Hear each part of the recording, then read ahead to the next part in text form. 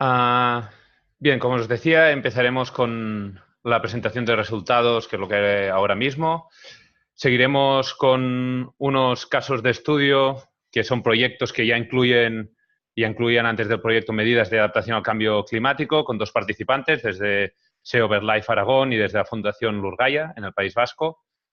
Y finalmente tendremos la presentación de dos de las pruebas piloto que durante este proyecto han incluido medidas de adaptación al cambio climático en sus planes de gestión.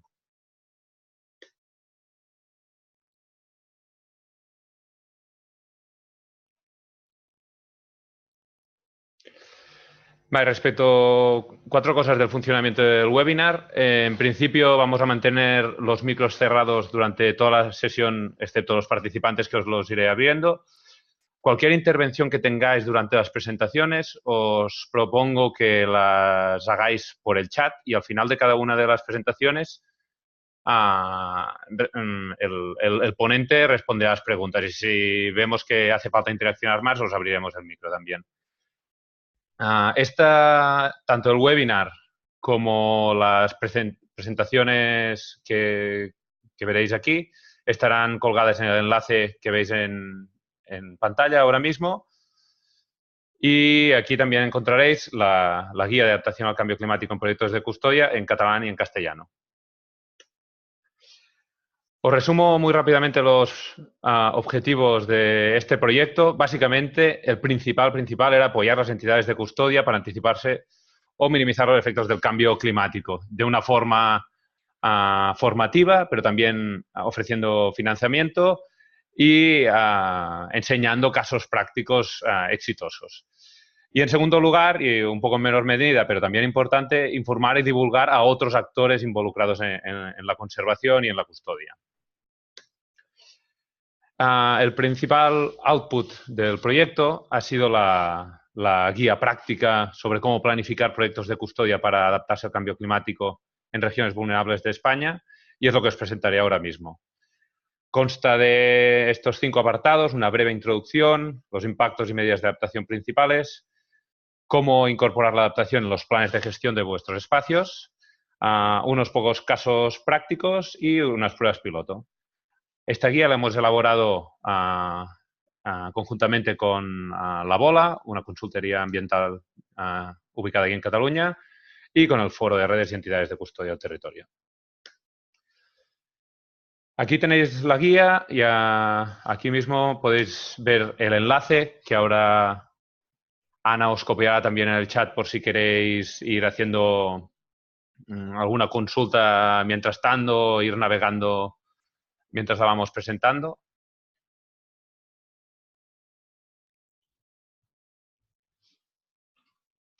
Vale, y ahí lo tenéis todo, por si eso queréis navegar interactivamente.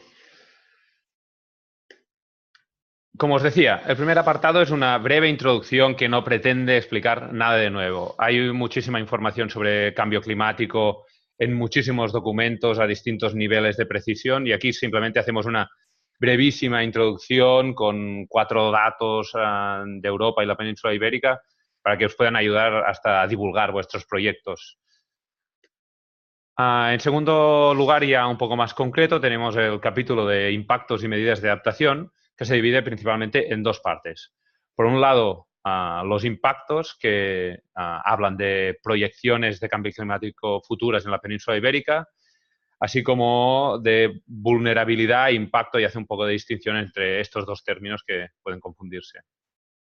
Por último, y nos parece muy útil presentar estas tablas que veis aquí, que vienen a ser resúmenes de los impactos en la biodiversidad en España y están divididos por los impactos en la región mediterránea y en las zonas de montaña y más atlánticas.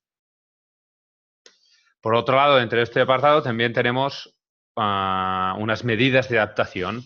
En este apartado encontramos un breve benchmarking, o sea, un conjunto de medidas que hemos podido recoger de distintos proyectos y otras fuentes. Y muy interesante, tenemos 14 tablas resumen con sus acciones respectivas para distintos impactos que nos han parecido de los más destacables a nivel de la península ibérica.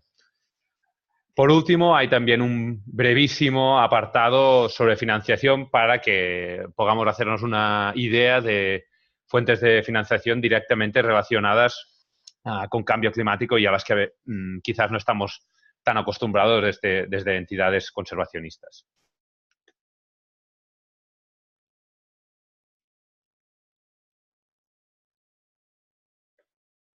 Ahora, otro apartado y que nos parece clave de esta guía es la adaptación de los planes de gestión. En este apartado lo que presentamos es un breve índice muy simplificado de lo que tendría que contener un plan de gestión y cómo en cada apartado incluir medidas de adaptación al cambio climático. Perdonad que he reciclado la presentación y veo que han quedado algunas cosas en catalán. Disculpas.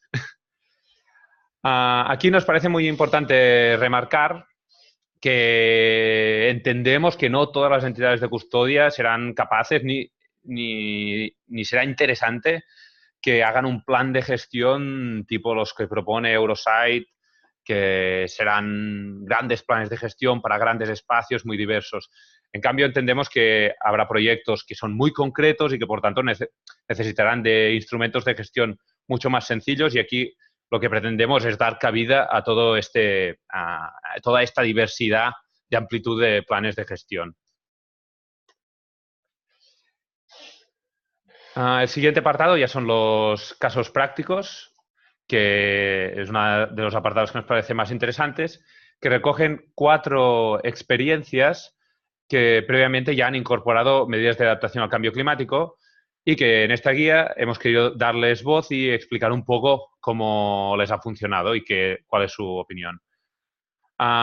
Tenemos, disculpad, 5 casos. Uno, la adopción del río Congost en Cataluña sobre espacios fluviales muy relacionado con voluntariado.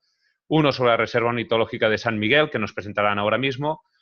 Uno vinculado a espacios agrarios y forestales muy relacionado con incendios forestales, que es el LIFE Montserrat de la Fundación Cataluña de la Pedrera.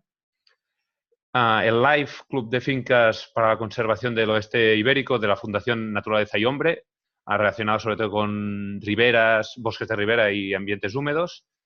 Y por último, y que también nos presentarán ahora mismo, un proyecto de recuperación de bosques autóctonos cantábricos de la Fundación Lurgaia.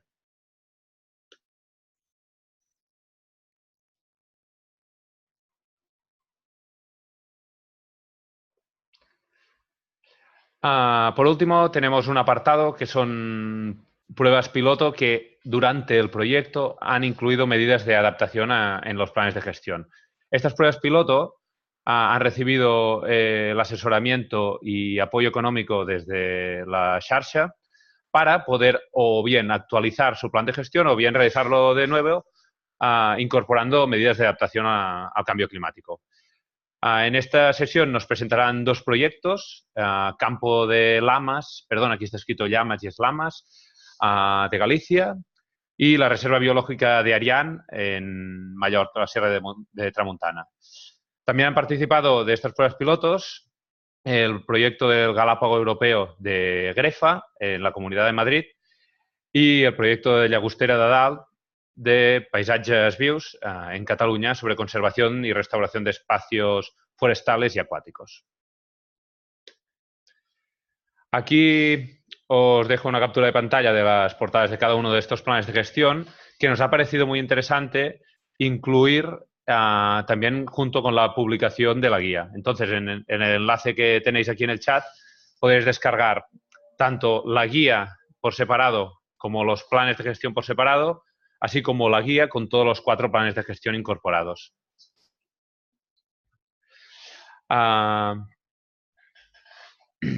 Como podréis ver si les echáis una mirada, veréis que reflejan un poco la diversidad que os comentaba antes. Hay algunos que son planes de gestión realmente muy completos, muy extensos, con muchos datos, como el de Llagostera de Dalt o el Campo de Lamas, y en cambio otros, como por ejemplo el de Grefa, que están muy centrados en su objeto de estudio, que es el Galápago Europeo, y que funciona igualmente bien y pueden ser también un buen ejemplo para muchas entidades.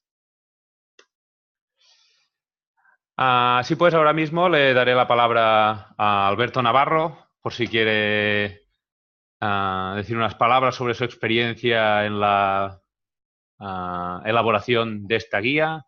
Un momento, Alberto, que te activo el micro.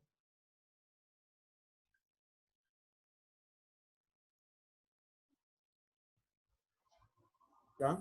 Vale, y aquí lo tenemos. ¿Se me oye? ¿Me oís? Pau, ¿me oyes? Sí, Ah, vale, pues vamos a nada, imaginar que todo el mundo te escucha bien también. no, sí, tampoco es muy importante lo que diga. No, en serio, quería aprovechar para 2 minutos para darle las gracias, como siempre, a la Xarxa por el buen trabajo que desarrollamos juntos y que es como en la custodia todos trabajamos juntos y en red y es algo a poner en valor y siempre a destacar. Y también a la ciudad por tantos años, más de 10 años, apoyando a la custodia. Y sin decir en relación al proyecto que consideramos que es muy, muy, muy importante porque no solo ayuda a incorporar el cambio climático a las iniciativas de custodia, sino que también estimula, este proyecto ha servido para estimular el desarrollo de los planes de gestión en los acuerdos de custodia y es muy importante también en ese sentido porque, como explicaba Pau, nos ha permitido ver desde proyectos de custodia más pequeñitos que tienen unas necesidades concretas y se queda bien reflejado, como veréis, en las exposiciones y después en la guía cuando la consultéis con detenimiento, a proyectos más grandes que creemos que es muy representativo de las necesidades y de lo que hay en custodia del territorio. Y luego simplemente añadir que el año pasado y el anterior estuvimos desarrollando también un proyecto de acercamiento institucional al fomento de la custodia en el que ha participado mucha gente que trabaja en monitorio.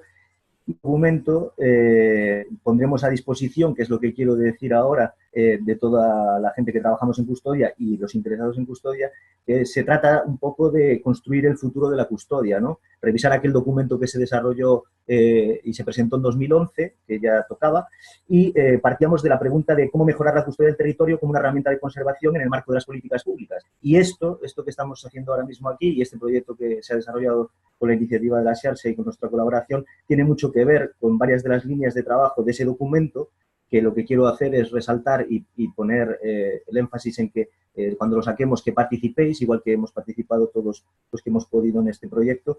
Y bueno, ahí analizábamos un poco en ese documento el papel de la propiedad privada, acciones organizadas en la custodia, los valores de la custodia, el contexto actual de la custodia y planteábamos una serie de metas estratégicas y líneas de trabajo en la que hay 2 puntos en esas metas que son hacer iniciativas sólidas y contrastables e instrumentos complementarios de gestión, que es donde cae esto de los planes de gestión. Entonces, simplemente dar las gracias otra vez y que, igual que hemos participado en este, que os invito a que participéis cuando saquemos este documento para que le demos más legitimidad entre todos y se pueda contrastar.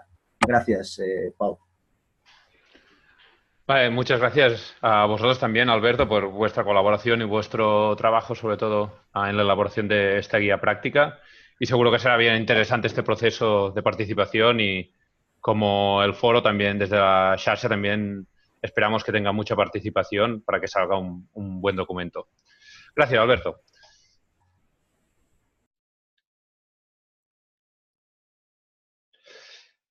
Bien. Entonces, proseguiremos con el programa y ahora entraremos a presentar 2 casos de estudio que, como os decía, son proyectos que ya antes de nuestro proyecto ya incluían medidas de adaptación al cambio climático y que hemos querido incluir en la guía como casos ejemplares. Entonces, tendríamos que empezar con la Reserva Ornitológica de San Miguel, con Luis Tirado, al que no veo entre los participantes. Así que, Luis, si estás ahí, manifiéstate. Bueno, le hemos enviado un mail, quizás ha tenido algún problema. Si acaso, entonces, lo que haremos será pasar a la siguiente presentación y cuando entre Luis, le daremos la palabra. Por tanto, entonces entraríamos ahora con John Hidalgo de la Fundación Lurgaya. ¿Te tenemos por aquí, John? Hola. Vale, te tenemos aquí y te escuchamos alto y claro. Hola Alberto, hola Pau, hola gente. Bueno, pues realmente nosotros cuando empezamos a trabajar hace 15 años en el País Vasco, que luego hemos ido extendiendo un poquito nuestro campo de actuación, no pensábamos para nada en nada relacionado con cambio climático. Nosotros con lo que empezamos a trabajar fue con una cosa relativamente sencilla, no sencilla en las herramientas, pero sí sencilla en los objetivos, que es la restauración de la biodiversidad. O, mejor dicho, la facilitación para que la biodiversidad se restaure ella sola. ¿Qué pasa? Pues que con el paso del tiempo y con toda la asunción de políticas de cambio climático, pues hemos ido incorporando, al menos en nuestro mensaje, que no es nuestra forma de trabajar, ciertos parámetros. Entonces os voy a explicar un poquito, brevemente, en qué consiste nuestro trabajo, porque yo creo que es fundamental para entender pues, lo que tenemos.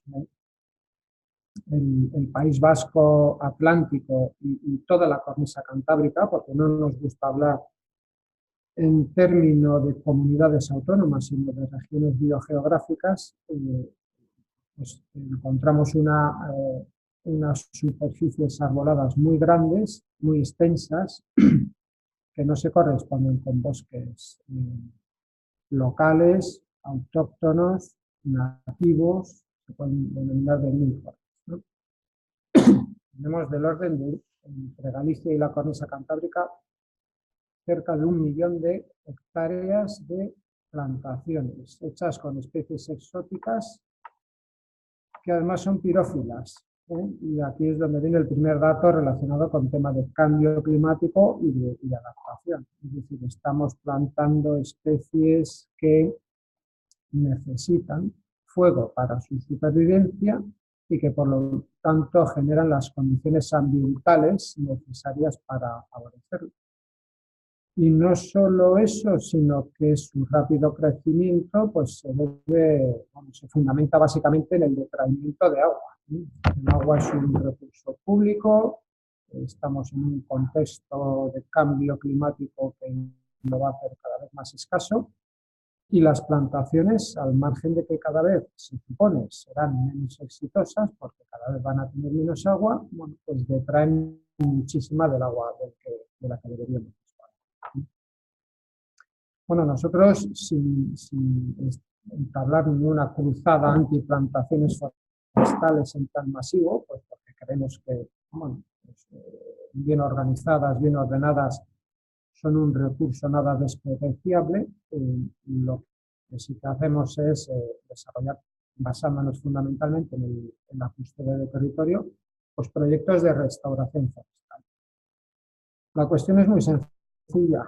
Accedemos a terrenos privados y públicos que han estado utilizados por plantaciones forestales y revertimos ese uso, lo abandonamos totalmente y establecemos políticas de generación y de facilitación de bosques.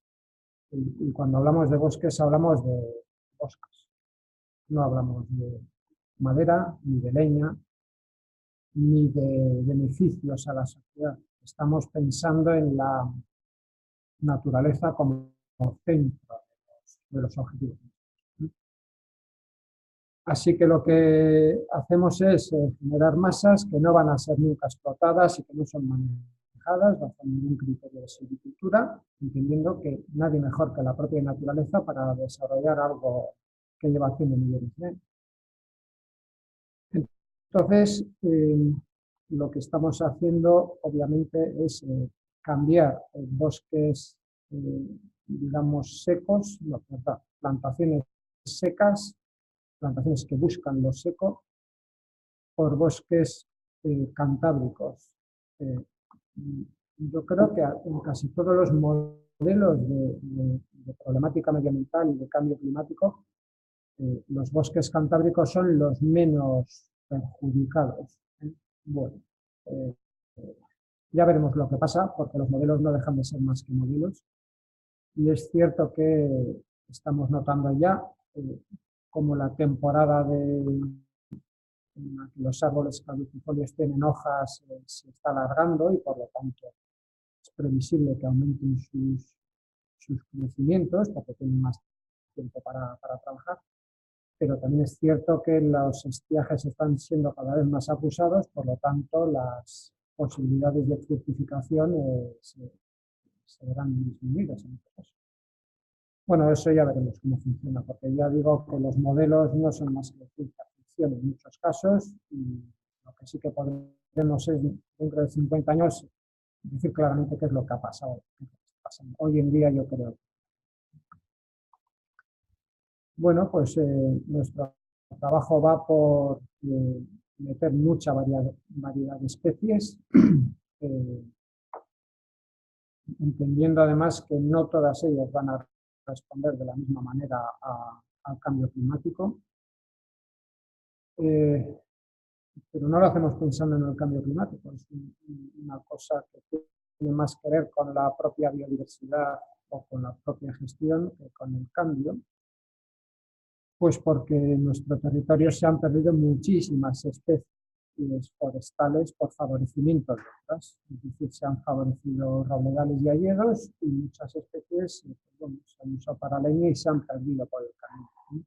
Entonces nosotros lo que sí que estamos haciendo es meter más especies de las que actualmente nos encontramos y eso pues a medio plazo creemos que se va a convertir en una forma de combatir el hecho de que si ponemos todos los huevos en la misma cesta y lo plantamos todo con la misma especie, imaginaos qué pasaría si en las 250 hectáreas que hemos cambiado su uso ya nos encontramos con que la especie elegida pues no se adapta bien al cambio. Así que la situación en general es esa, es búsqueda de bosques cantábricos mejor adaptados, más ricos, más biodiversos y esperamos que este mensaje de solo cambio climático, que es muy importante y que debe todavía calar en la sociedad, se asocie a biodiversidad. No creemos que es positivo manejar el cambio climático como mensaje exclusivo, o al menos no es lo que estamos haciendo nosotros. Claro. No sé si habrán llegado los compañeros de SEO. Bueno, John, ahora lo vemos. Muchas gracias por tu intervención y creo que al menos desde la Xarxa compartimos al 100% este análisis. En realidad, muchas de las acciones que hemos llamado de adaptación en esta guía son acciones que no son nuevas, que se vienen haciendo en la conservación de la biodiversidad desde hace años, pero que efectivamente, a la vez que son medidas para recuperar la biodiversidad, también ayudan a adaptar nuestros ecosistemas al cambio climático, generando, pues como por ejemplo en vuestro caso, bosques que serán más resilientes, ya sea a incendios o a periodos de sequía, donde si una especie falla puede haber otra autóctona que la reemplace. Así que gracias por esta reflexión que nos parece súper interesante. Creo que no tenemos ninguna pregunta, al menos nadie ha comentado nada por el chat. Si alguien quiere hacerlo, que aproveche. Y si no, vale, le daremos paso entonces a Luis Tirado. John, muchas gracias por vuestra participación otra vez. Mil gracias. Hasta ahora, a vosotros.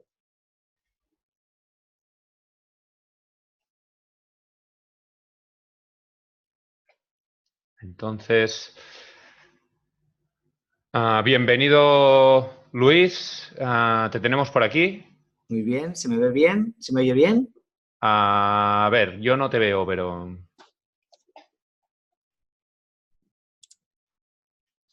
A ver.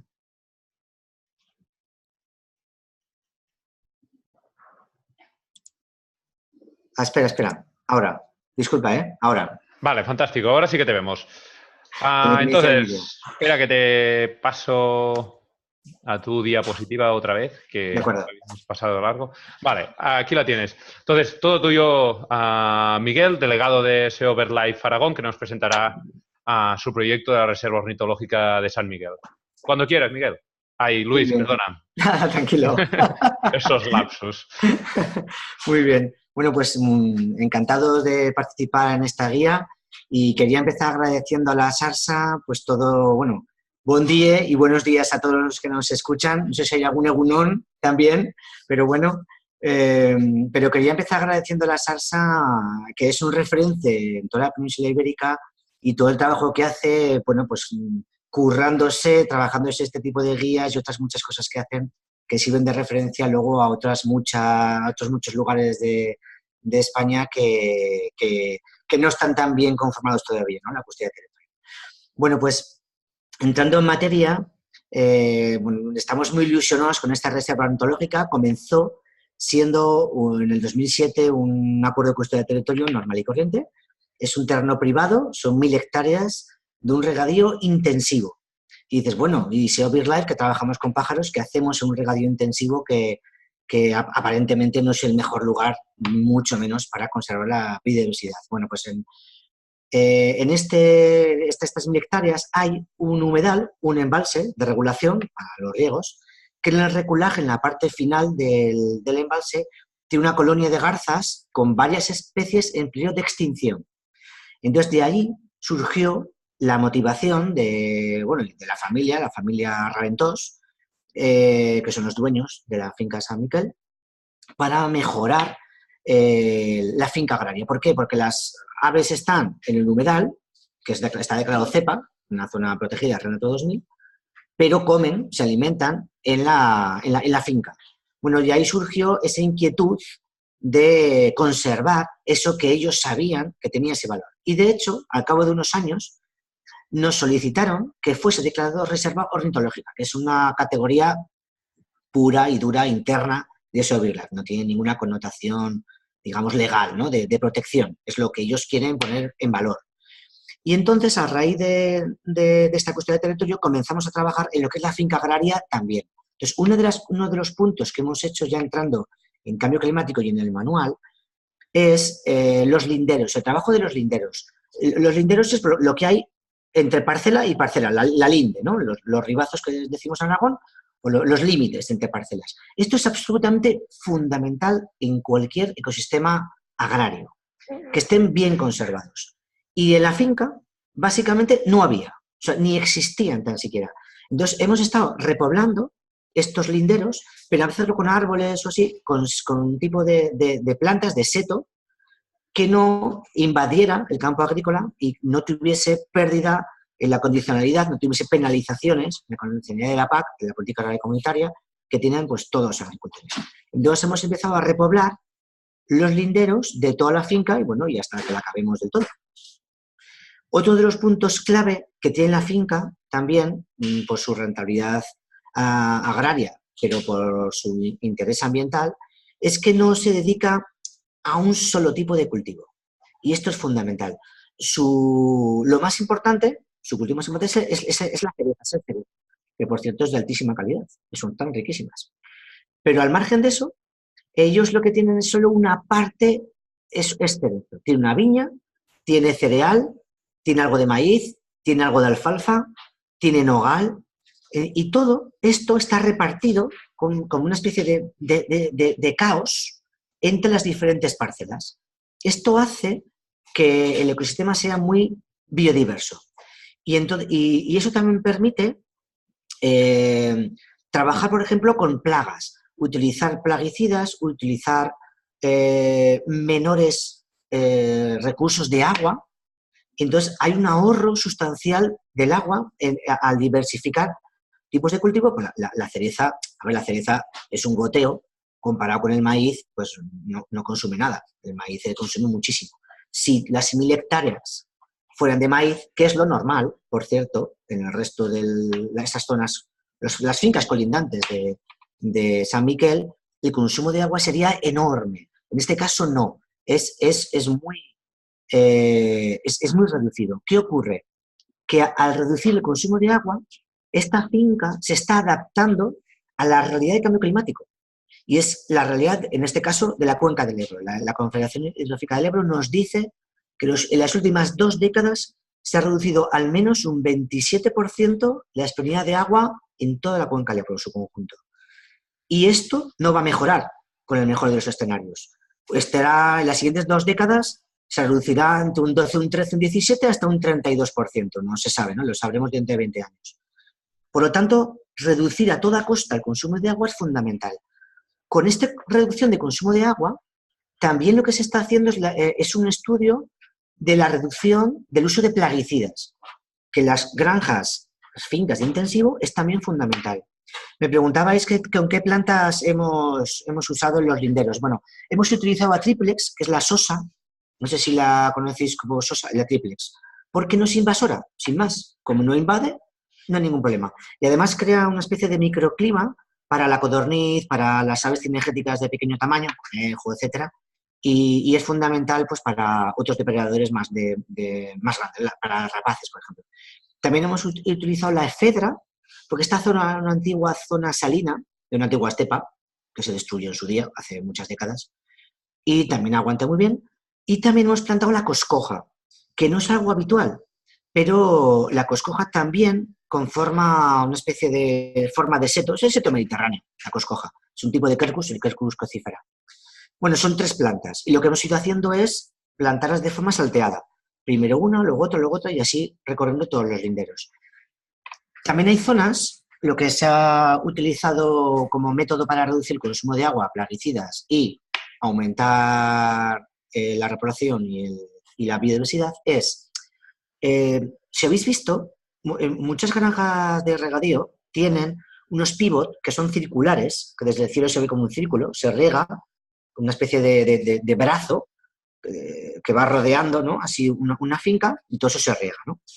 Y entonces, respecto a un cuadrado, donde suele estar ese círculo de regadío, quedan como 4 quesitos en cada esquina. O sea, son zonas marginales de baja productividad, que muchas veces lo ponen aspersores en vez de pivot, y haciendo un cálculo, el dueño de la finca se dio cuenta que no lo rentabilizaba demasiado. Bueno, pues estos quesitos a veces son utilizados para viña, con lo cual cambias de cultivo, y ahora lo que se está haciendo es lo que se llama un abandono dirigido, que es plantar alfalfa, pero no cosecharla. Alfalfa en secano, no se riega ni nada, con lo que hay ahorro de agua.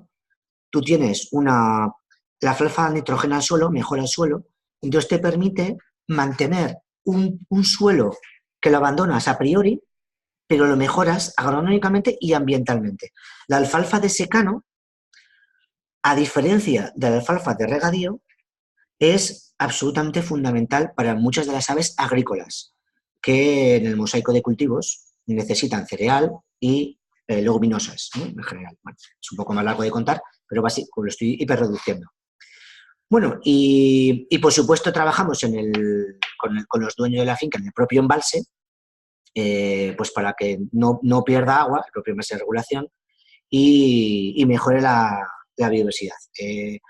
Fíjate, esto es un tabú, ¿no? Decirle a un agricultor, oye, sacrifica un 1 o un 2% de tu territorio, de tu producción, para la biodiversidad, ¿no? Parece mucho, pero realmente esta finca está siendo capaz de ser perfectamente rentable y altamente competitiva, con una inmensa reducción del consumo de agua, un uso muy limitado de los plaguicidas. Ahora hay una buena parte que se está convirtiendo en ecológico, de hecho. El ecológico a veces es complicado. Y al mismo tiempo aumentando la biodiversidad y adaptándose al cambio climático. O sea, no es para tanto, o es posible reducir cuando un espacio está muy intensificado, es posible reducir esa intensificación tratar de adaptarlo a la biodiversidad, incluso tratar de adaptarse al cambio climático sin perder rentabilidad. Eso es posible. Y ese es un poco el, bueno, pues el devaneo de nuestra cabeza permanentemente, buscando proyectos que nos permitan hacer innovación y ensayos, que a veces tiene su coste, y en eso estamos, ese va a ser el trabajo en el futuro. Nada más, muchas gracias. Bueno, muchas gracias, Luis. Muy interesante tu presentación. Creo que es un caso paradigmático perfecto de lo que es la custodia, ¿no? Esta compatibilización de la biodiversidad con un aprovechamiento responsable de los recursos. Veo que se ha preguntado por la especie con la que se repoblaban los linderos. Creo que ha quedado respuesto con que se plantaba a triplex, a efedra y la coscoja, el Quercus coccifer. El Quercus, que es un matorral. Exacto, sí. El garric sí, para exactamente. los compañeros catalanes que corren por aquí. Muy bien, muy bien. Muy bien. ¿Hay alguna otra pregunta para Luis? Vale, parece que no. Entonces así seguiremos. Luis, lo mismo que John, muchas gracias por vuestra participación y por vuestra explicación aquí en el seminario. Espero que podamos seguir en contacto. Y nada más, hasta la próxima. Preguntan por aquí cómo se trabajó con el agricultor.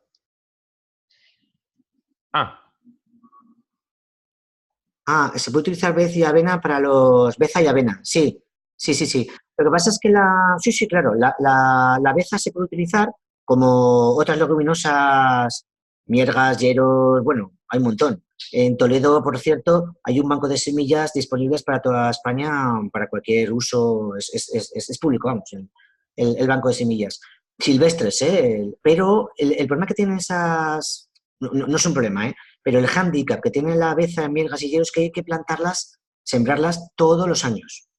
Y la alfalfa, como el pipirigallo y otras de este estilo, se planta una vez y hasta dentro de 8, 10 o 12 años no es necesario volver a sembrarlas. Con lo que hay un ahorro económico, bueno, incluso de consumo de emisiones de CO2, ¿no? ¿Y cómo se trabajaba con el agricultor? Bueno, pues se hizo lo siguiente, que eso no lo he comentado, perdonar. Desde SEO BirdLife hicimos un diagnóstico, un inventario de la biodiversidad y aquellas especies amenazadas. Y sobre esas especies, desde el punto estrictamente de SEO BirdLife, el técnico, decidimos qué acciones eran prioritarias.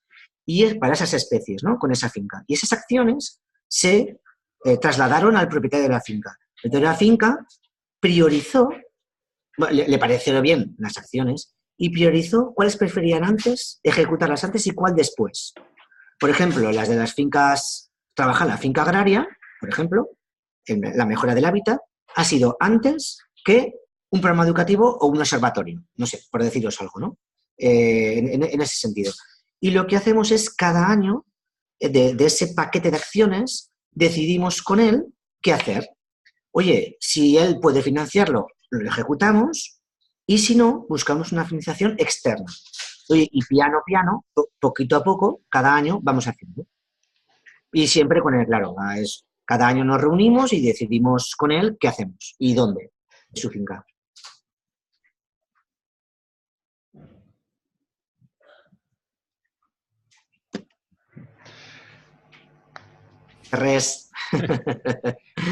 Bueno, fantástico. Todos son comentarios positivos ahora.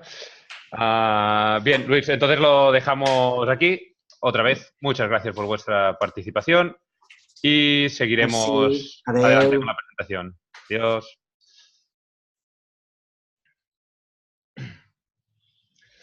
Bien, explicado estos dos casos de estudio, si queréis, si consultáis la guía, podréis ver 3 casos más. Como os comentaba, los espacios fluviales del río Congost en Cataluña, el Live Montserrat también aquí en Cataluña sobre incendios forestales y espacios agrarios y ganaderos, y las fincas del oeste ibérico de la Fundación Naturaleza y Hombre. Están en la guía para quien los quiera consultar.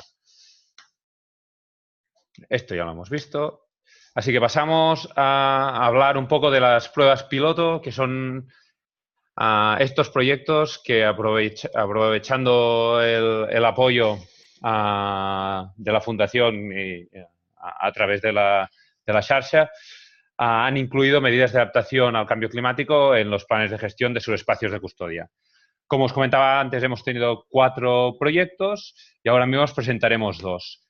Empezando por la recuperación del humedal higroturboso de Campo de Lamas, en Galicia, que nos presentará Miguel Serrano, que es biólogo del Departamento de Botánica de la Universidad de Santiago de Compostela. A ver. Vale, Miguel, te tenemos por aquí. Hola, ¿qué tal? No sé si me oís, si me veis bien. Sí, perfecto. Entonces, ¿cómo has quedado, Miguel? Te paso el control de la pantalla y así puedes presentar tu proyecto tranquilamente, cuando quieras. Perfecto, pues antes de nada, muchas gracias, ¿no?, por vuestro trabajo y por permitirme aquí explicar un poquito lo que ha sido el trabajo que se ha hecho con Campo de Lamas. En realidad yo estoy un poco representando aquí a la gente de la comunidad de Montes, ¿no?, que son los que realmente, digamos, hacen labores de custodia allí, los que, digamos, los que están sobre el territorio en Froxán, en el municipio de Lousame, en el occidente de la provincia de Coruña. Y bueno, yo simplemente desde el Departamento de Botánica pues he colaborado un poco con ellos. Ellos no han podido estar ahora porque están en Portugal, ¿no?, estableciendo relaciones con otros espacios semejantes a lo que es un monte vecinal allí en el norte de Portugal, que es la zona de los Baldíos, ¿no? Y bueno, intentaré comentaros un poco algunas cosas. Antes de nada, a ver si consigo pasar la página aquí. Yo tengo el control, pero no veo que pase. Vale, Miguel, ¿te sale si ya tienes el control? Porque a mí me sale que está a la espera. No, Igual tienes que aceptar algo. no me sale nada por aquí. Vale, un momento, repetimos la jugada, ¿vale? Vale, en teoría. Te lo vuelvo a mandar a ver si... Perfecto.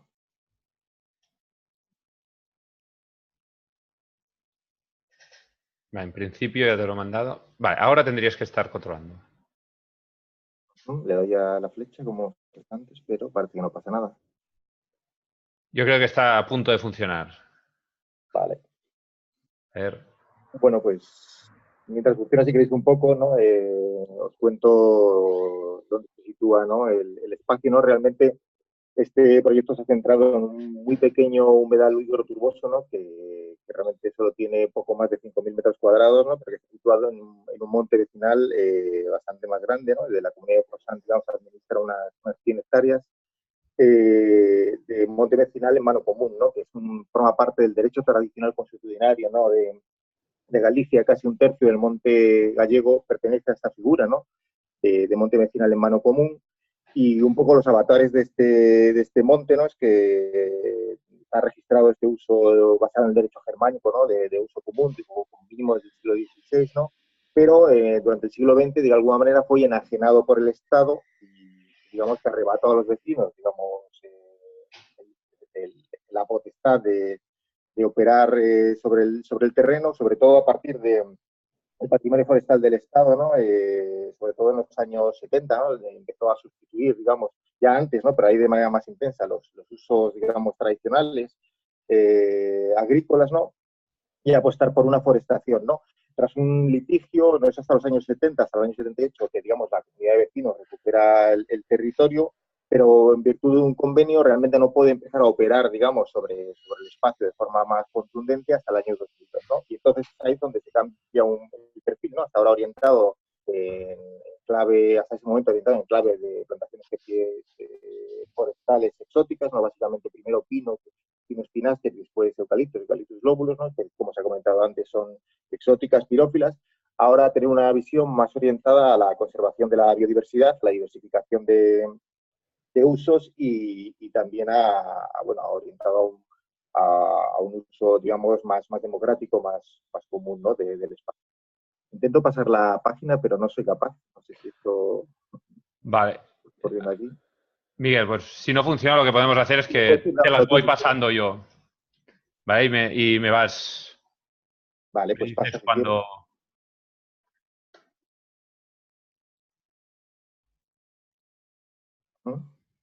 sigue en la misma, por lo que veo. Vale, bueno, esta es la presentación que me ha enviado Joan Evans de la Comunidad de Montes. Veo que la ha colocado, porque yo he estado de muestreo hasta ayer mismo por la noche, y veo que la ha enviado en gallego. Bueno, digo disculpas, ¿no? Pero bueno, supongo que más o menos se entiende, porque aparte he utilizado la versión del gallego que se escribe en ortografía castellana. Entonces, bueno, pues como decía, este es el monte de 100 hectáreas. Quería comentaros dónde está enclavado, ¿no? Biogeográficamente esta zona, ¿no? Para comentaros que es una encrucijada climática. Está en la península del Barbanza, concretamente lo que se llama la Sierra del Barbanza, ¿no? Una sierra que en menos de 5 kilómetros sube desde el nivel del mar hasta cerca de 700 metros. Entonces se produce claro, suben los aires cargados de humedad y se producen unas precipitaciones muy fuertes, ¿no? Pero tienes una clima tanto de temperaturas como de precipitación estival muy importante, las variaciones, de manera que en la zona baja de la sierra tienes condiciones, digamos, de tipo mediterranoides o submediterráneas con una sequía estival bastante fuerte, y arriba, en cambio, no tienes ningún déficit hídrico, ¿no? Precisamente este espacio higroturboso, este pequeño humedal, se sitúa justo en la zona, digamos, donde todavía digamos, no hay ese déficit hídrico estival, pero podría haberlo si las cosas cambian. De hecho, es una zona donde más abajo aparecen especies, la vegetación climática aquí sería un robledal atlántico, ¿no? Pero un poco más abajo ya empiezan a aparecer como especies características el roble, ¿no? Perdón, el alcornoque, ¿no? O sea, vemos que es una zona claramente de transición. Por lo tanto, desde una perspectiva del cambio climático, pues es importante ver cómo podemos adaptar esta zona a lo que vaya, digamos, pasando en el futuro.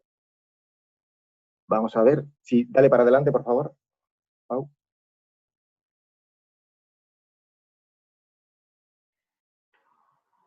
Pau. Sí, está costando de responder a esto. Ahora. Bueno, este espacio, digamos, todo lo que es la comunidad de Montes de Frosan está reconocido como un área conservada por pueblos indígenas y comunidades locales, ¿no? Entre otras cosas por la vinculación que tienen con la conservación de la biodiversidad en cuanto a usos, ¿no? Dale un poco más, me ha comentado más. Bueno, en esta zona existen especies protegidas, características como vulnerables, ¿no? Vemos aquí algunas de ellas, ¿no? Guanchica, el típico helecho relíptico del terciario, ¿no? Está presente en el occidente gallego y luego, por supuesto, en las islas macaronésicas, otras especies. Pasamos adelante. Sigue pasando, por favor. Vemos que, bueno, luego cuando podemos hablar un poco de las amenazas, pero las grandes amenazas que se están viendo últimamente en esta zona, una está derivada del incremento de la sequía estival, que en general veremos lo que pasa este año está siendo, digamos, bastante húmedo, pero la última tendencia era que cada vez llovía menos y hacía, ya lo que vemos en estos lados, hacía más temperatura estival, por tanto más evapotranspiración. El año pasado fue el primero que se recuerda en la historia que el suministro de agua a la propia zona de Frosan estuvo en peligro, no se recuerda ningún otro, ¿no? De hecho, las propias fuentes de agua de Frosan provienen de este humedal, ¿no? Que es el objeto de este proyecto. Seguimos adelante. Y aquí un poco, Joan, en su presentación comentaba un poco los puntos de inflexión a la hora de tomar posesión, digamos, control, la vecinanza, ¿no? El vecindario de su territorio, ¿no? Y cómo, bueno, se finaliza el convenio y sobre todo son una serie de incendios muy fuertes, ¿no? Que arrasan Galicia en varios años, que hacen esa toma de conciencia y cambian la perspectiva o permiten a aquellos individuos de la comunidad, digamos, que tienen una orientación más conservadora, ¿no? Más conservadora en términos de biodiversidad y medio natural, digamos, convertirse en hegemónicos, ¿no? En cuanto a pensamiento en el territorio, ¿no? Vamos adelante, de nuevo. Entonces deciden orientar todo la silvicultura, entrar en lo que es el concepto de silvicultura próxima a la naturaleza, ¿no? Y entonces dejar determinadas zonas como, bueno, donde simplemente se deja la sucesión forestal, favorecer la diversificación, lo que antes eran monocultivos, primero de pinos y luego de eucaliptos, empiezan ya a tener áreas pues de bosques de frondosas autóctonas, zonas con lo que aquí llamamos soutos de castiñeiros, es decir, castañares, ¿no? Orientados a producción no solo de madera, sino también de castaña. Algunas zonas se plantan con pinos, pero con la orientación de resinar. Bueno, en fin, se busca una diversificación de usos que está favoreciendo bastante la diversidad. También se permite que existan claros. Bueno, vamos adelante. Y todo se mezcla siempre con la importancia de la educación ambiental. Adelante, por favor, Pau. Más adelante. Vale, entonces llegamos a la zona esta de Campo de Lamas, el pequeño humedal higroturboso, ¿no?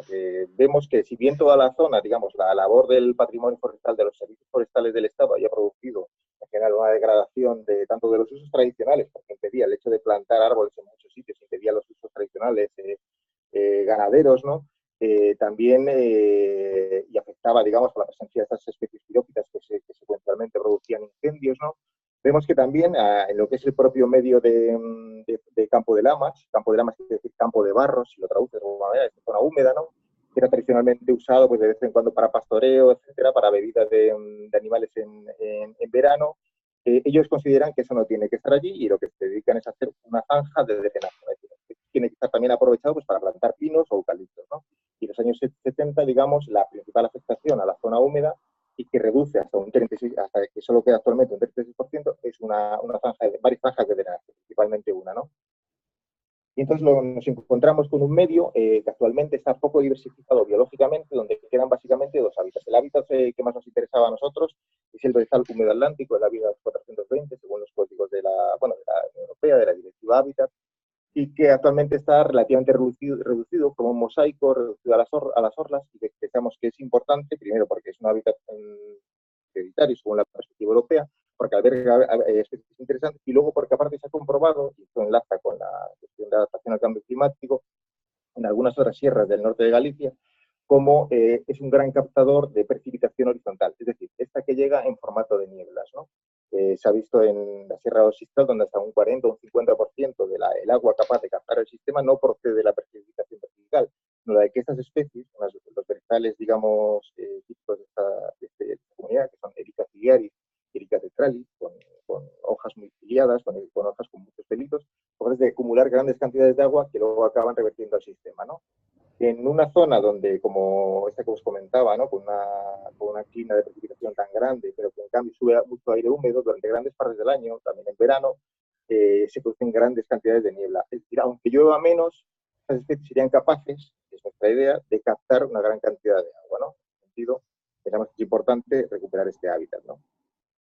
También queremos acabar con el resto de amenazas, ¿no? Seguimos adelante, esto es un poco, ha metido aquí un poco la red hídrica. Y bueno, vemos ahí la zona de restauración, vemos claramente como lo que es el humedal se sitúa sobre una repisa, ¿no? Vemos que hay una zona, digamos, más o menos plana, encima hacia la derecha estarían los montes del Treito, ¿no? Abastecen de agua a la zona, y luego vemos una fuerte caída, ¿no? Y esa línea amarilla, pues es el canal que practicó los servicios forestales, que nos queremos acabar con él, ¿no? Como primer paso. Vemos aquí un poco la distribución de hábitats. Los hábitats actuales, como decimos, simplemente están estos, el brezal húmedo atlántico con Erica ciliaris, que vemos que está reducido a estas pequeñas zonas, digamos, un poco de orla, ¿no? Y luego una masa que se ha cubierto de Molina caerulea, ¿no? Una gramínea típica de suelos húmedos y que ha cubierto prácticamente todo el territorio. Nosotros queremos dejar parte de ese hábitat, pero queda un mosaico con estos que están presentes y con otros que queremos introducir. Queremos introducir especies, queremos hacer una serie de manejos para que la cosa sea bastante más diversa y, por supuesto, recuperar la antigua extensión. Como vemos, está ahí cubierta por una pista. Vamos a cerrar el tránsito rodado y también vamos a recrecer el nivel del agua para que toda la zona que está enmarcada dentro de la línea roja pues recupere lo que es la antigua humedal que conocemos, ¿no? Si queréis pasamos un poco y seguimos pasando si queréis. Y bueno, aquí vemos una imagen, ¿no? del estado de degradación que tiene, digamos, toda la orla del espacio, ¿no? Vemos que primero se plantaron los pinos y luego llegan los eucaliptos, a veces incluso como colonización. Estos no fueron realmente plantados, ¿no?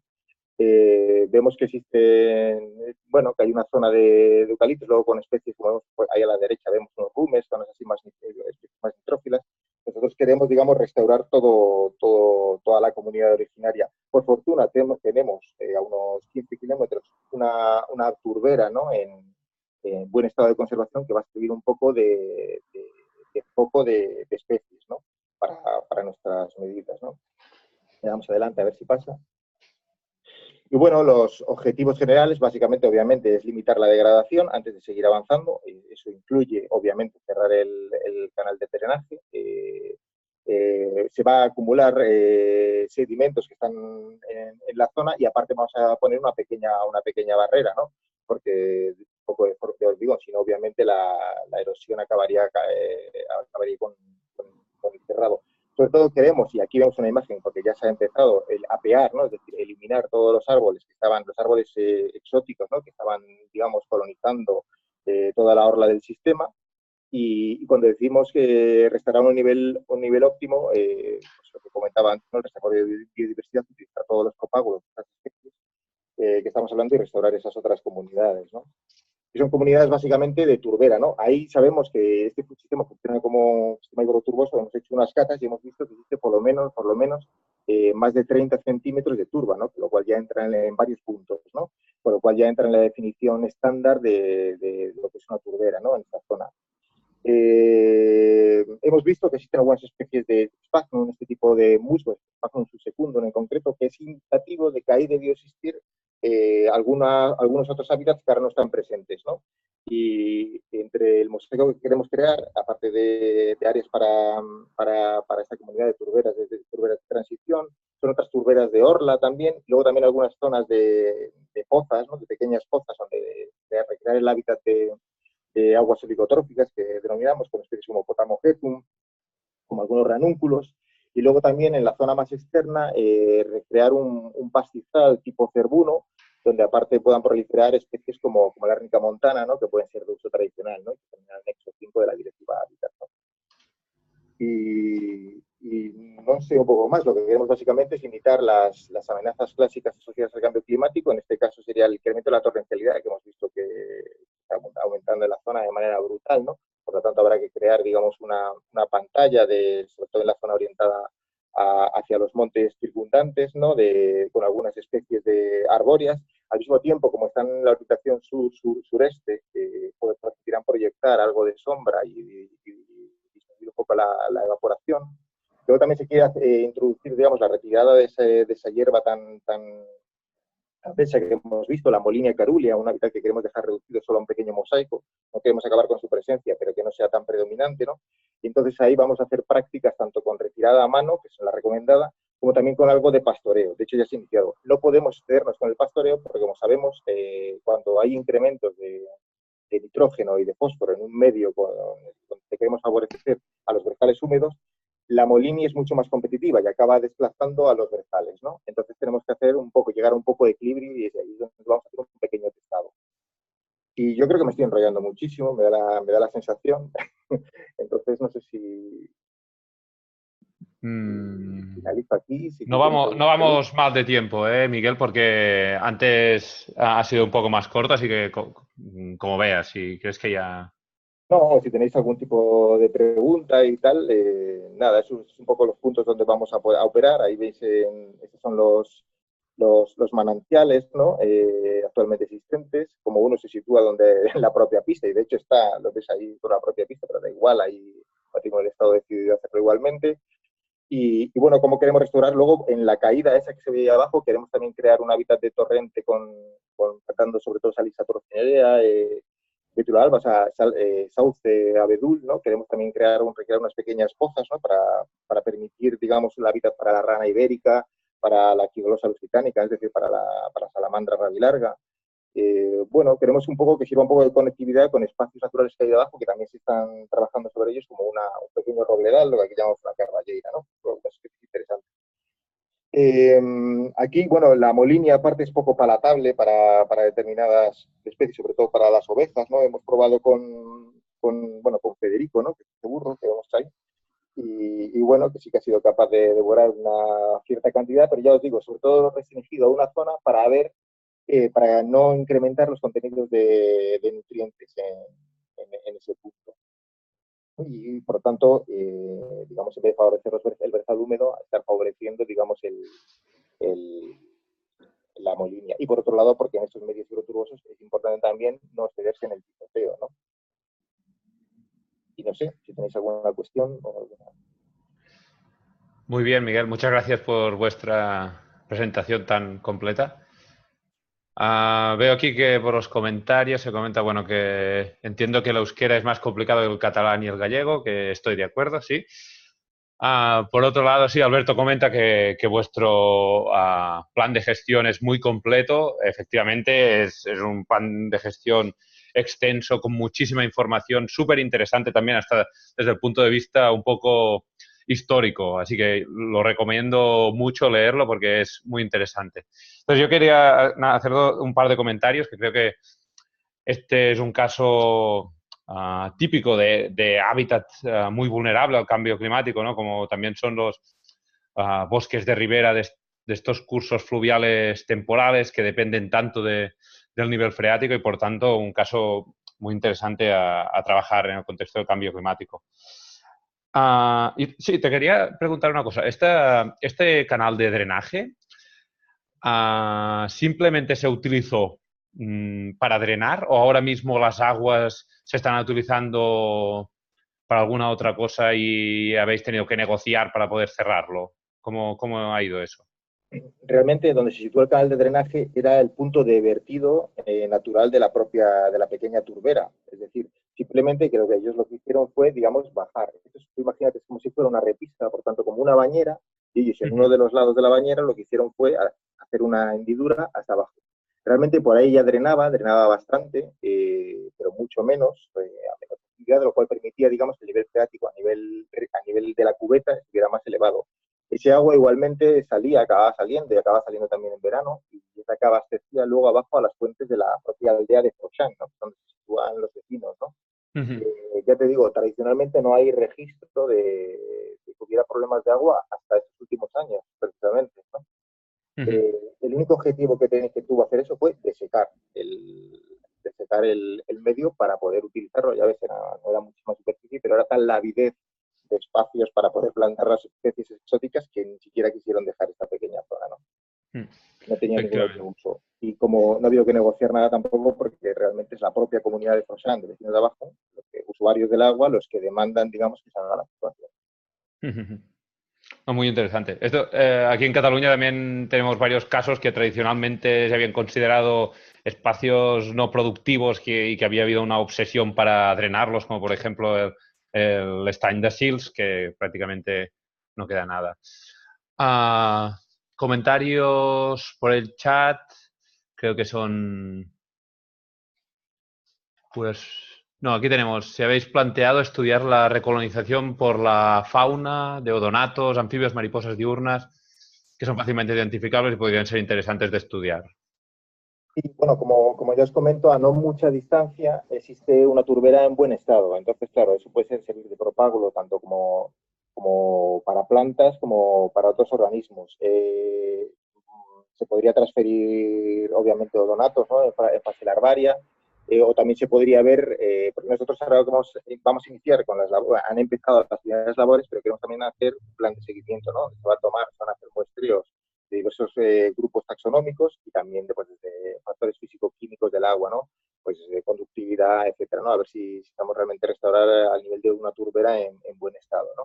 A nivel de anfibios, yo creo que como ese canal de desagüe lo que queremos es que sirva como de vía conectora con el espacio que está más abajo, yo creo que va a permitir un poco la subida. Obviamente se podía meter algunas cosas siempre, obviamente, de la misma zona, ¿no? Claro, nosotros como queremos recolonizar con especies vegetales, de alguna manera también queremos, pero con respecto a la fauna casi queremos testar cómo funciona, digamos, por sí solo. Si vemos que al cabo de 2 o 3 años no somos capaces de ver que hay un incremento sustancial en determinadas especies indicadoras, pues igual sí que damos el paso a hacerlo de manera, digamos, ya más explícita, ¿no? Traslocando siempre todo dentro del entorno. Creo que aquí, en un caso de dizaya, de una alteración, los espasmos se acaban desplazando a la línea, en turbera de cobertor.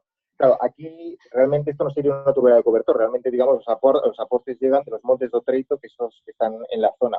Luego, una cosa muy curiosa de las turberas del noroeste ibérico, a diferencia de las europeas y de, digamos, las vasco-navarras, un poco parece que se encuadran un poco en esa tipología, es que casi todas las turberas, no solo europeas, sino de casi todos los territorios del mundo, la mayor aporte de materia orgánica que no se descompone y que va haciendo crecer la turbera suelen ser los espasmos, ¿no?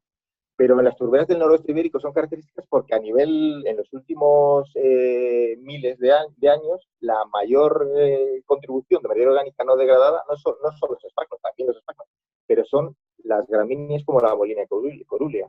No sabemos cómo sería aquí la dinámica, pero tenemos que ver qué pasa, ¿no? Yo no sé si lo del caso que comentas de Vizcaya es la de Zalama, donde había pasado algo así. No sé si... Sí, sí.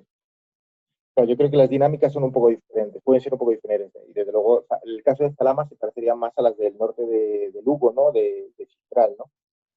Pero bueno, vamos a ver qué ocurre aquí. Bueno, Miguel, pues muy interesante. Si os parece, pasaremos a la siguiente presentación. Así que muchas gracias, Miguel, otra vez por vuestro esfuerzo titánico con este plan de gestión y nos vemos pronto. Muy bien, Hasta la próxima. gràcies a vosaltres y hasta luego a todos.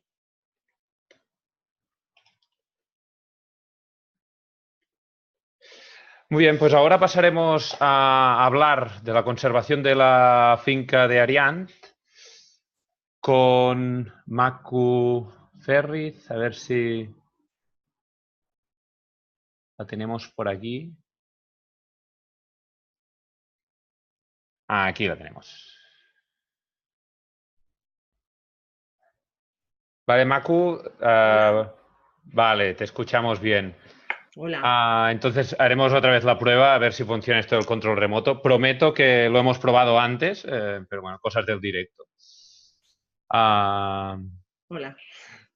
Así que Macu es técnica de la Fundación Vida Silvestre Mediterránea, ubicado en las Islas Baleares, y nos presentará este proyecto de la conservación de esta finca de montaña de Ariant.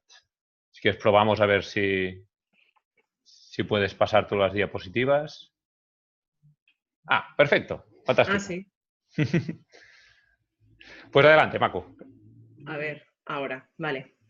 Hola, buenas. Gracias a todos, todas por estar ahí. Y bueno, voy a intentar hacer un paseo rápido por todo lo que podría explicar, porque si no me puedo entretener en detalles y luego si acaso en las preguntas, pues si alguien tiene ganas de saber algo más concreto, pues ya me puedo extender. Ariant es una finca que está situada en la Sierra de Tramuntana, que para quien no lo conozca es una sierra de unos 100 kilómetros de extensión que recorre Mallorca de suroeste a noreste.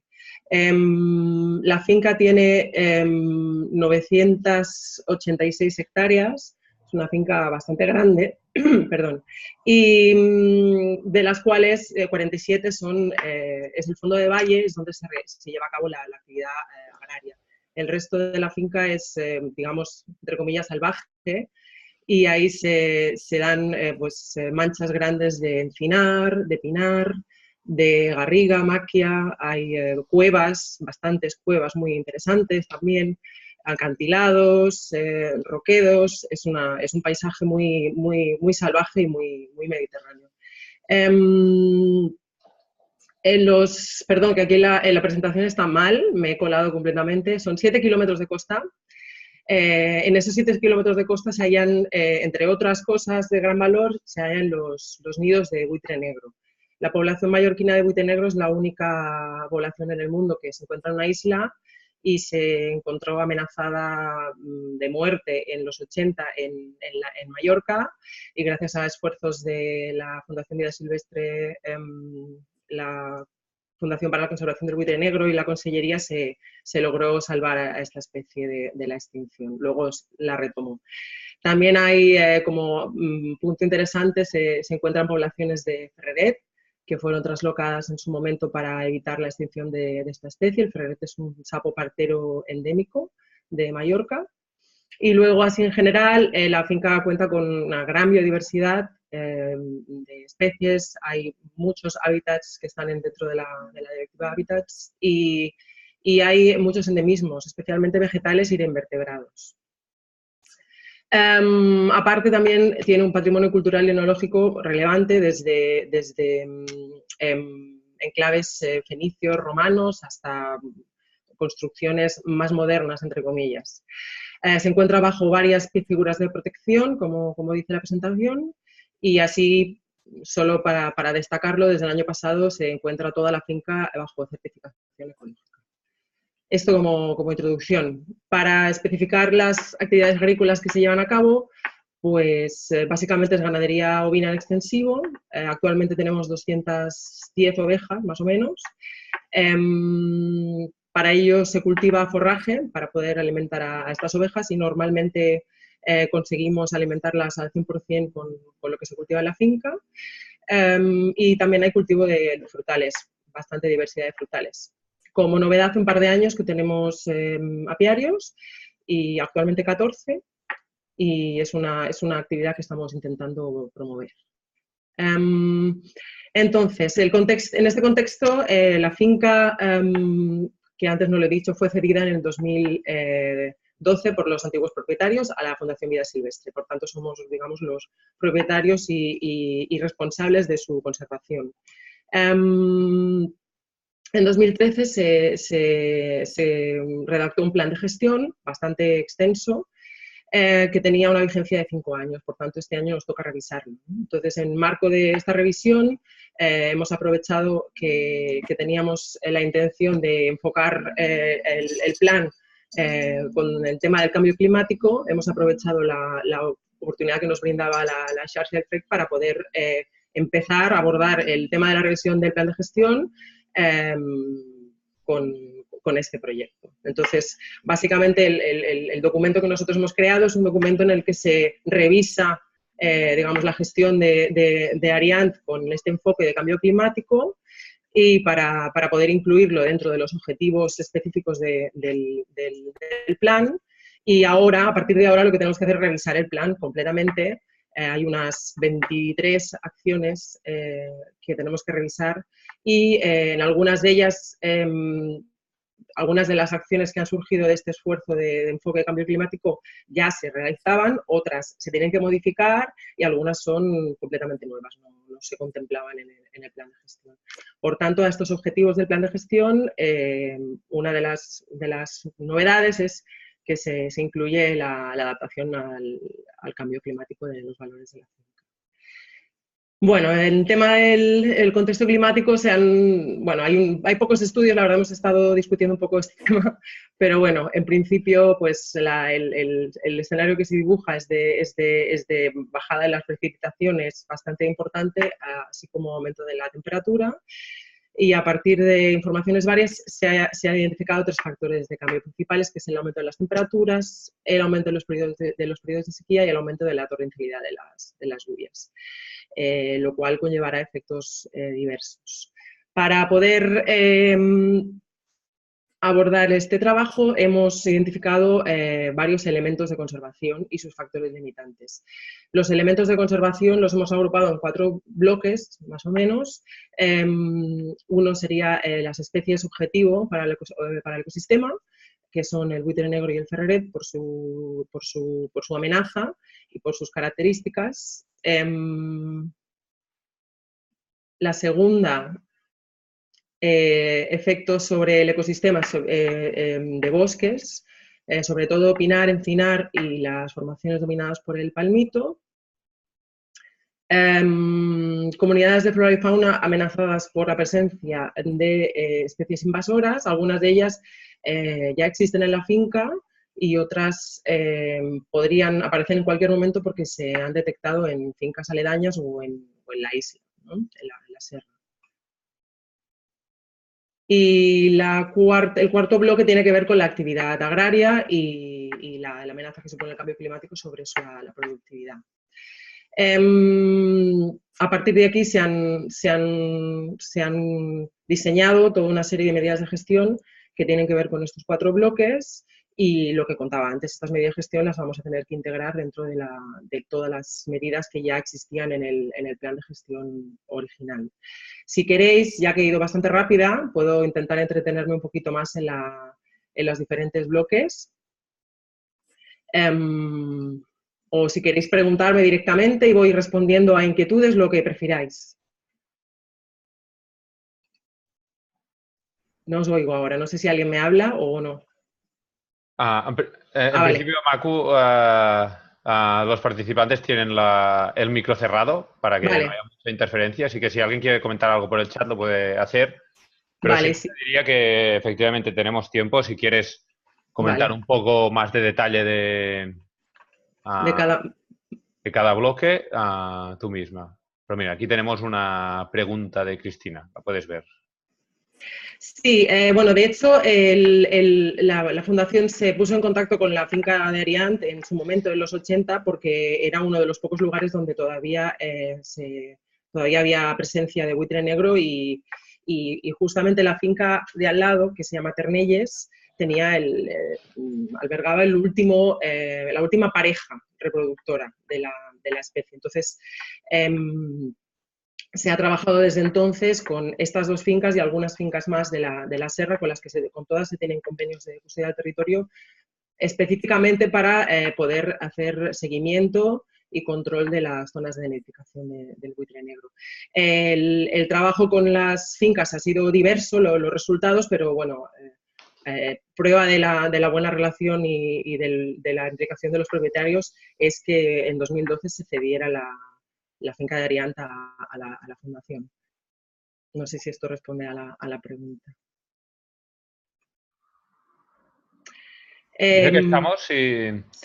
sí que te quería ver si nos puedes explicar un poco qué habéis detectado que son las principales amenazas a estas dos especies más emblemáticas, sobre todo al buitre negro, a nivel de cambio climático, ¿no? ¿Qué es lo que creéis que el cambio climático afecta más a esta especie?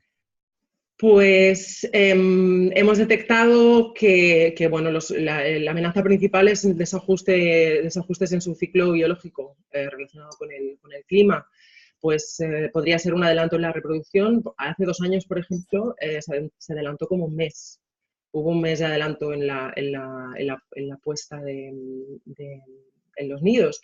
Esto, bueno, se ha detectado hace 2 años, no sabemos con qué frecuencia va a suceder algo así, pero parece que estamos en un contexto en el que posiblemente esto va a ser el más normal, ¿no? Entonces, este desajuste puede contribuir negativamente al éxito de la reproducción de la especie. También hemos detectado pérdidas de pollos por lluvias torrenciales a destiempo. Este año mismo, lluvias torrenciales en mayo han provocado la pérdida de 2 nidos. Bueno, o creemos que es muy posible que haya sido esa la causa porque no hemos encontrado otra respuesta. Luego, indirectamente, bueno, directamente también se puede haber afectado por la falta de alimento o por la falta de puntos de agua. Falta de alimento porque indirectamente el cambio climático tenga un efecto sobre la carga ganadera, tanto la propia de la finca como sobre la población de cabras asilvestradas que hay por la serra y que de alguna manera son fuente de alimento del buitre. Y respecto al agua, pues los puntos de agua son muy necesarios para los buitres en verano y todo el año, tanto para beber como para refrescarse. Nosotros los hemos visto muchas veces en ese escenario y entonces la falta de puntos de agua puede ser también un factor limitante. Respecto al ferreret, este anfibio se encontraba muy amenazado, ahora menos, por todo el trabajo que se ha hecho con él. Nosotros no hacemos un trabajo tan extenso y tan profundo como con el buitre, pero sí que colaboramos con la Consellería de Medio Ambiente para que se puedan conservar las poblaciones que se traslocaron y se establecieron en Arián. Entonces, hacemos un seguimiento de la población conjuntamente y nos aseguramos de que esos puntos nunca les falta agua. La amenaza pues, es la falta de agua, lo que supone una pérdida de hábitat y además favorece la depredación sobre todo por la trizmaura, la culebra, que es uno de los factores de extinción de esta especie. Y luego, por otra parte, el aumento de las temperaturas se supone que favorece la incidencia de la quitridiomicosis. lo cual hoy por hoy es un hecho que todavía no ha sucedido, pero que se contempla como una de las amenazas más importantes. Veo que tenemos varias preguntas en el chat, así que a ver si podemos recuperar la primera.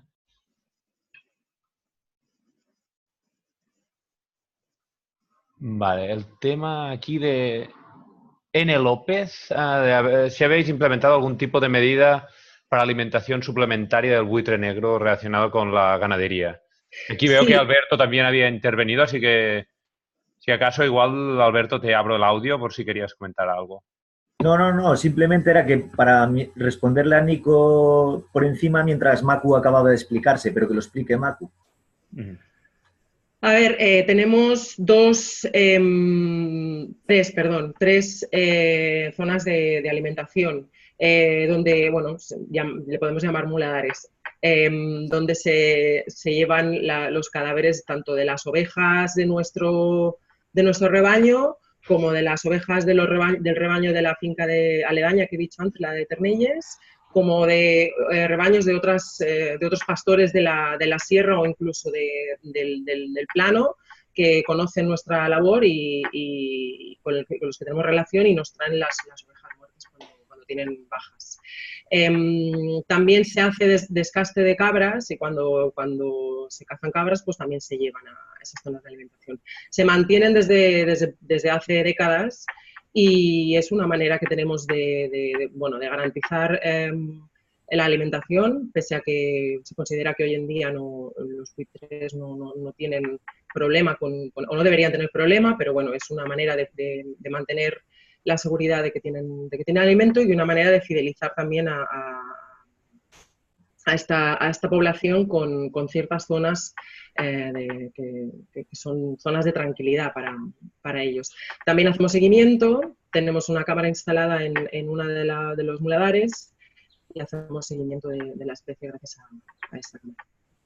La idea, o sea, una de las acciones es el mantenimiento de estas zonas de alimentación. Por eso esta es una de las acciones que ya se llevaban a cabo, que no es una novedad, pero que tiene especial importancia si le sumamos la amenaza, ¿no?, de pérdida de capacidad de alimentación.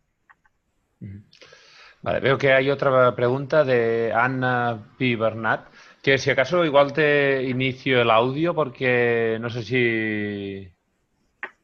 si quieres precisar un poco la pregunta.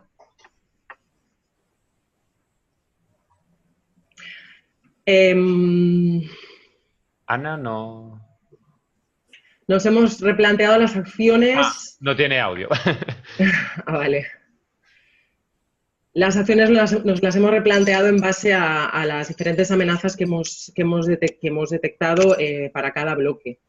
Entonces, por ejemplo, pues una de las acciones nuevas para garantizar que los puntos de agua estén presentes tanto para la biodiversidad en general es la creación de una balsa de agua, que esto es una cosa que hace rato que nos rondaba la cabeza y creemos que cada vez se hace más necesaria. Luego hay otras acciones que tienen que ver, por ejemplo, con la masa forestal que se vienen haciendo, pero que hemos pensado que se tienen que hacer con muchísima más intensidad, que es todo el saneamiento de la masa forestal y la diversificación, porque en la sierra en general, y Ariant en un poco menor medida, pero la sierra en general se encuentra en una situación bastante preocupante respecto a los encinares, sobre todo, porque el abandono de prácticas tradicionales, como por ejemplo el carboneo, o sobre todo por el carboneo, ha conllevado una falta absoluta de gestión de los bosques. Entonces, en general, el bosque de encinas en la sierra es un bosque, algunos llaman fosilizado. No tiene, la estructura de edad es muy simple, es básicamente todo pies viejos, algunos muy raquíticos, muy densos, muchos de ellos son clones. Luego el efecto de las cabras se ha sumado y hay falta total de reclutamiento de pies jóvenes, no hay estructura de sotobosque, Entonces, ante esta situación, pues Sequeariant es un bosque un poco mejor conservado. Creemos que tenemos que hacer mucho trabajo porque es una situación de partida ya en desventaja para cualquier desarrollo que pueda haber, pues eso, falta de precipitación, aumento de las temperaturas. Ante este punto de partida pues es algo bastante que nos da un poco de miedo. Entonces, potenciar la salud de nuestra masa forestal es uno de los objetivos principales. Que hasta ahora no estábamos haciendo tanto hincapié en esto y a partir de ahora va a ser una de nuestras líneas de trabajo principales. A ver, ¿qué más? Oye, una pregunta de Cristina sobre medidas de adaptación relacionadas con actividades agroganaderas. Sí, hay varias. Una de las más importantes es tiene que ver con el agua. Hay varias fuentes en la finca, 2 principales, y requieren de restauración, porque tenemos momentos en los que se nos para y no sabemos exactamente por qué. Entonces vamos a invertir en restaurar las fuentes para que el agua fluya bien, y también vamos a ampliar los aljibes en los que se almacena el agua para garantizar una disponibilidad de agua en los momentos más críticos, que suele ser el verano.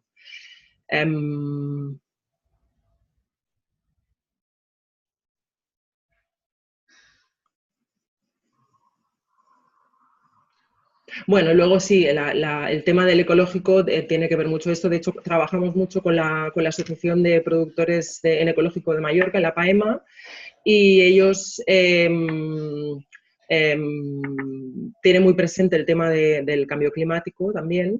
Entonces, estamos haciendo trabajo, por ejemplo, con los frutales. Se está haciendo una revisión de los pies disponibles, de las especies disponibles, y se están pues eliminando pies viejos, haciendo injertos de variedades que pueden ser más resistentes a la sequía. Se está pensando en potenciar algunos cultivos como el de la oliva. Y bueno, básicamente se están también haciendo trabajos para mantener variedades que se han descubierto, que tenemos variedades de cerezo bastante especiales que además pueden ser muy buenas a la hora de enfocar la falta de precipitaciones, y bueno, estamos en esa línea. Y luego pues es que son tantas que ahora mismo no me vienen todas, pero por ejemplo para el tema de los suelos, parece ser que había varias zonas de la finca que tenían los suelos muy compactados, y eso es un problema a la hora de la retención del agua. Entonces se está trabajando para recuperar la estructura del suelo con diferentes acciones de raspado y el cultivo de ciertas plantas herbáceas que tienen unas raíces muy profundas que deberían trabajar el suelo, y así poco a poco ir recuperando la capacidad de retención de agua del suelo. O sea, estamos intentando tener en cuenta el tema en todos los aspectos de la producción agraria. Bueno, muy bien, Macu, muchas gracias. No sé si hay alguna otra cosa que queráis comentar. Y bueno, si no... Bueno, pues nada, eso. Macu, muchas gracias. Os recomiendo mucho a todos también que os miréis este plan de gestión, que efectivamente me parece muy interesante también porque es una finca muy amplia, con una diversidad de espacios altísima. Si no recuerdo mal, Macu llegaba desde el nivel del mar hasta los 600 metros. Una cosa 800. 800. O sea que, aparte de muchas hectáreas, abarca una amplitud ecológica bastante interesante. Y aparte también es interesante que dentro de esta amplitud habéis hecho una primera versión de plan de gestión un poco más centrada en los elementos de más interés de la Fundación, a espera de poder tener tiempo de hacer el plan de gestión completo, que también me parece un buen ejemplo para otras entidades que no necesiten hacer un plan de gestión para todo lo que sea gestionable de la finca, sino para algunos elementos concretos en los que se centran. Así Muy bien, gracias. Invitados estáis a venir a visitarla cuando queráis. Muchas gracias. y felicidades por el trabajo. A vosotros.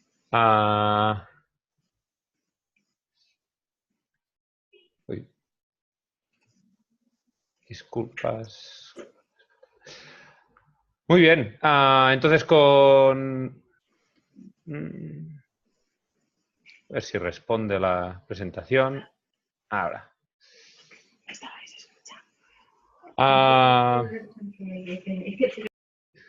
Con esto acabaremos este webinar. Antes me gustaría remarcar alguna cosa que no hemos comentado antes y que nos parece importante de destacar por la filosofía un poco de la casa, que es que todos los casos de estudio y las pruebas piloto se han seleccionado a través de procesos y convocatorias abiertas en las que se han presentado varias entidades que se han ido seleccionando acorde a distintos criterios.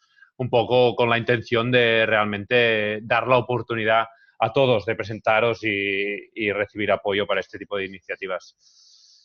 Así, si ahora hubiera alguna pregunta así más genérica, podéis aprovechar, y si no, pues yo de momento voy agradeciendo otra vez al foro, sobre todo por su apoyo enorme, y a todas las entidades que han participado, ya sea como casos de estudio o planes de gestión, que han hecho un esfuerzo muy importante y nos han ayudado mucho y han hecho que este proyecto cobre sentido.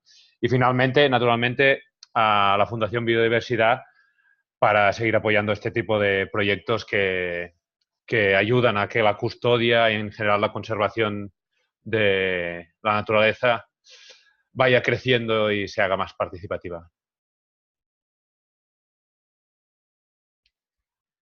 Muy bien, sí, veo que no son dudas lo que llega. Muy bien. En los próximos días os mandaremos un email donde os recordaremos el enlace donde poder descargaros el vídeo y las presentaciones, así como también os recordaremos dónde se encuentra la guía práctica. Así que sin más, damos por acabado este webinar. Muchas gracias a todos por vuestra participación. Espero que no se haya notado mucho, que era nuestro primer webinar y que nos perdonéis los problemas técnicos que hemos podido tener. Muchas gracias y hasta la próxima.